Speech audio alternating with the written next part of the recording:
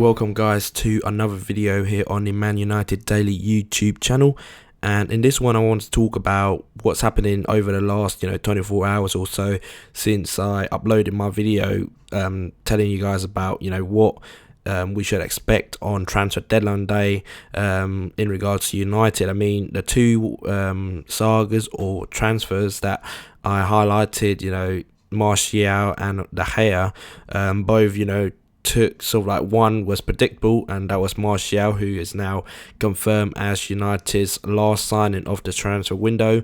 The 19-year-old will now wear the number 9 shirt at United, and the fee were being talked at as being astronomical.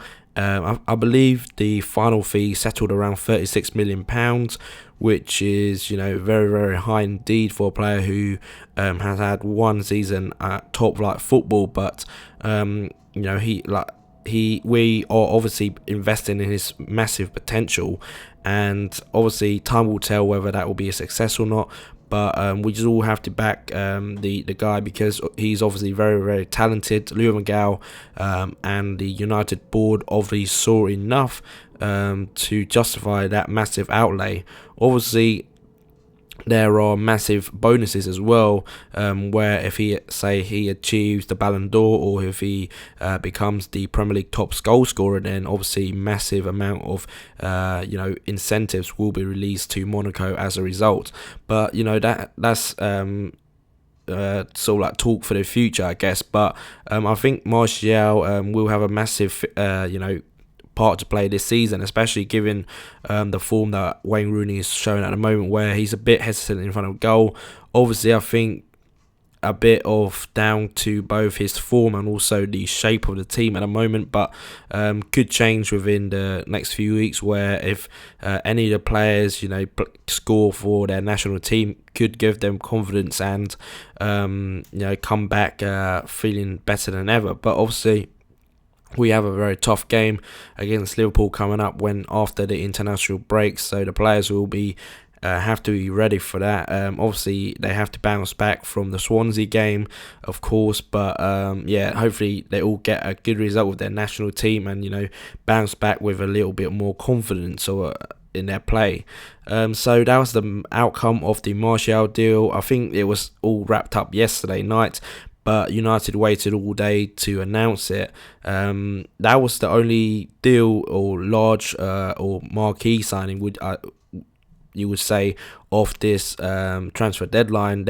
And the second signing was Regan Toole, where he's from League 2 football, so obviously you're not going to expect much from him. He's a 17-year-old centre-back, so again, very much a player for the future, but I think the fee being touted for that one is around 400,000, so quite a large fee for a 17-year-old.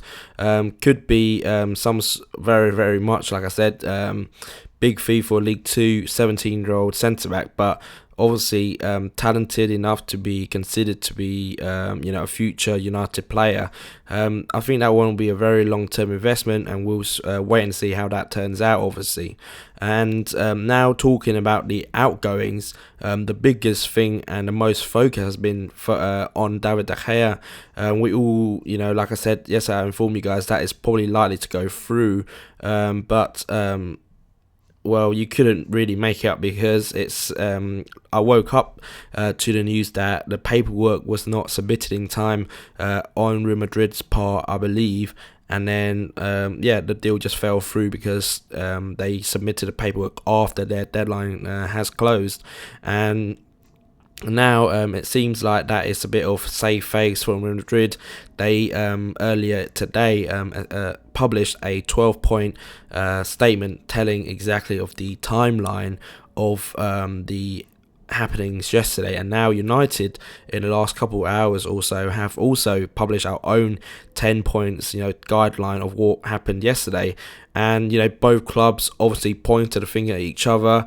I think people are going to say I'm biased or whatnot, but from my point of view, Real Madrid, we all knew that this saga was going to end, or most likely to end in one way or that, with De Gea going to Madrid. But the first official bid didn't come or didn't come until yesterday morning or late yesterday morning. So that was put a massive pressure on United, who were there at the table waiting for Madrid to make any sort of offer all summer. And then there was another complication, obviously, with Keylor Navas being part of the exchange deal, where he wanted some modifications to his contract, and that added further delays. I think the time scale, I believe, was missed it by about 28 minutes. So there was, on Twitter, it was very, very funny when I woke up and read the timeline where people were saying that it was missed by 20 seconds, that the file was in the wrong format, it was password protected, etc. So it was a massive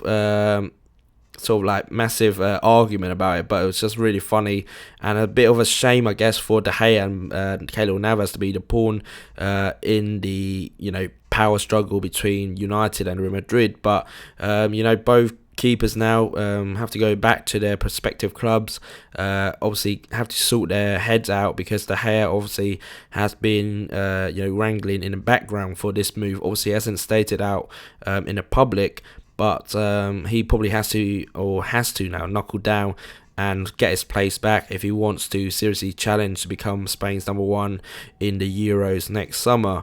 Obviously, we don't know what's going to happen now. Whether De Gea will have a change of heart, I don't know. He has to seriously question why it didn't happen, why Real Madrid and Jorge Mendes waited to the last minute until they bid for him in the first place, because United stated that you either give us Ramos or give us 33 million and then you can have him.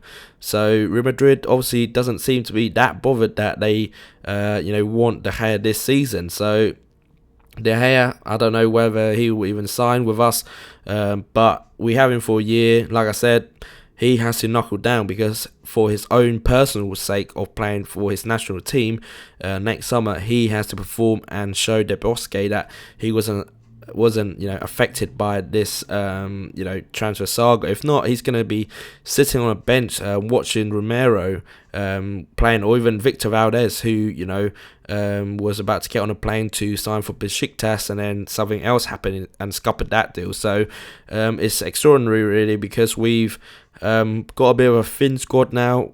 The biggest surprise for me yesterday was at Adnan Januzaj moving to Borussia Dortmund, and from the sounds of it, the Dortmund fans are not that excited, because with the current style of football, it doesn't seem like he will be getting into the side that much either. So a bit of a baffling move, that one, because now we have Martial, Rooney and Wilson as the front three, or out-and-out front three. Martial and Wilson being very, very fast. I thought, Januzaj started to pick his form up as a number 10 and started to play really well, but Leo Van Gaal seemed him surplus to requirements, so I don't know his thinking there. So we just all have to back Leo Van Gaal. Maybe there's some sort of plan in all this madness, because yesterday it was definitely madness. And so, Martial was expected. So, other than that, and Regan Tool, not much else happened in regards to United. Obviously, the De Gea thing was all happened last night and all very funny. But, when you look back at the window, I think we've done very, very well. When you consider the quality that we've brought in, I think we've done very, very well, like I said. But looking at it, to have a perfect window, did we keep De Gea? Yes. Did we sign a striker? Yes. Preferably, we would have wanted someone who was more sort of like proven, if you like, but a striker nonetheless. Midfield, definitely the best area of our team at the moment in time. Memphis, yes, he got that.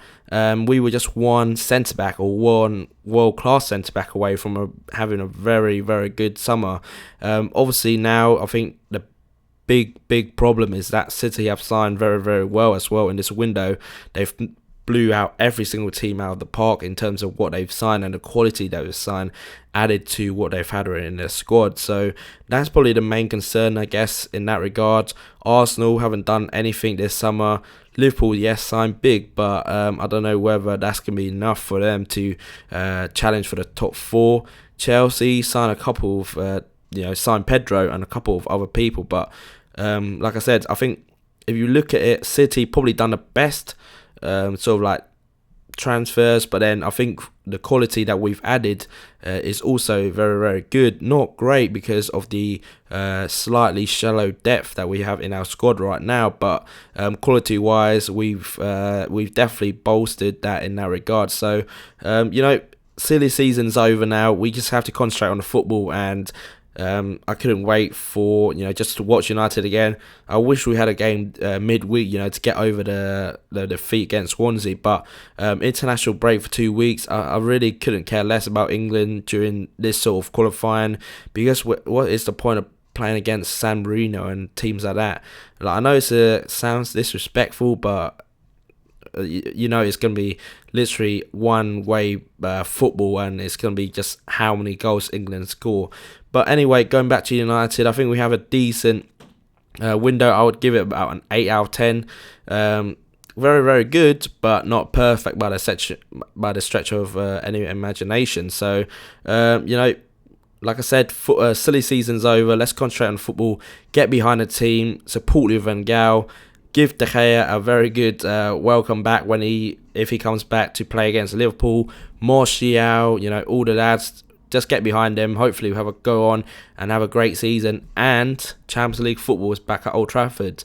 There's plenty more to be excited about with United this season. So, glory, glory, Man United. Thanks again for watching this video. Remember, you can follow me on Twitter at ManUnitedDaily, or check out my website at ManUnitedDaily.com. And again, if you like this video, please give me a thumbs up. Comment below on any of the topics that's mentioned or anything you like. And again, subscribe to the channel for more content like this.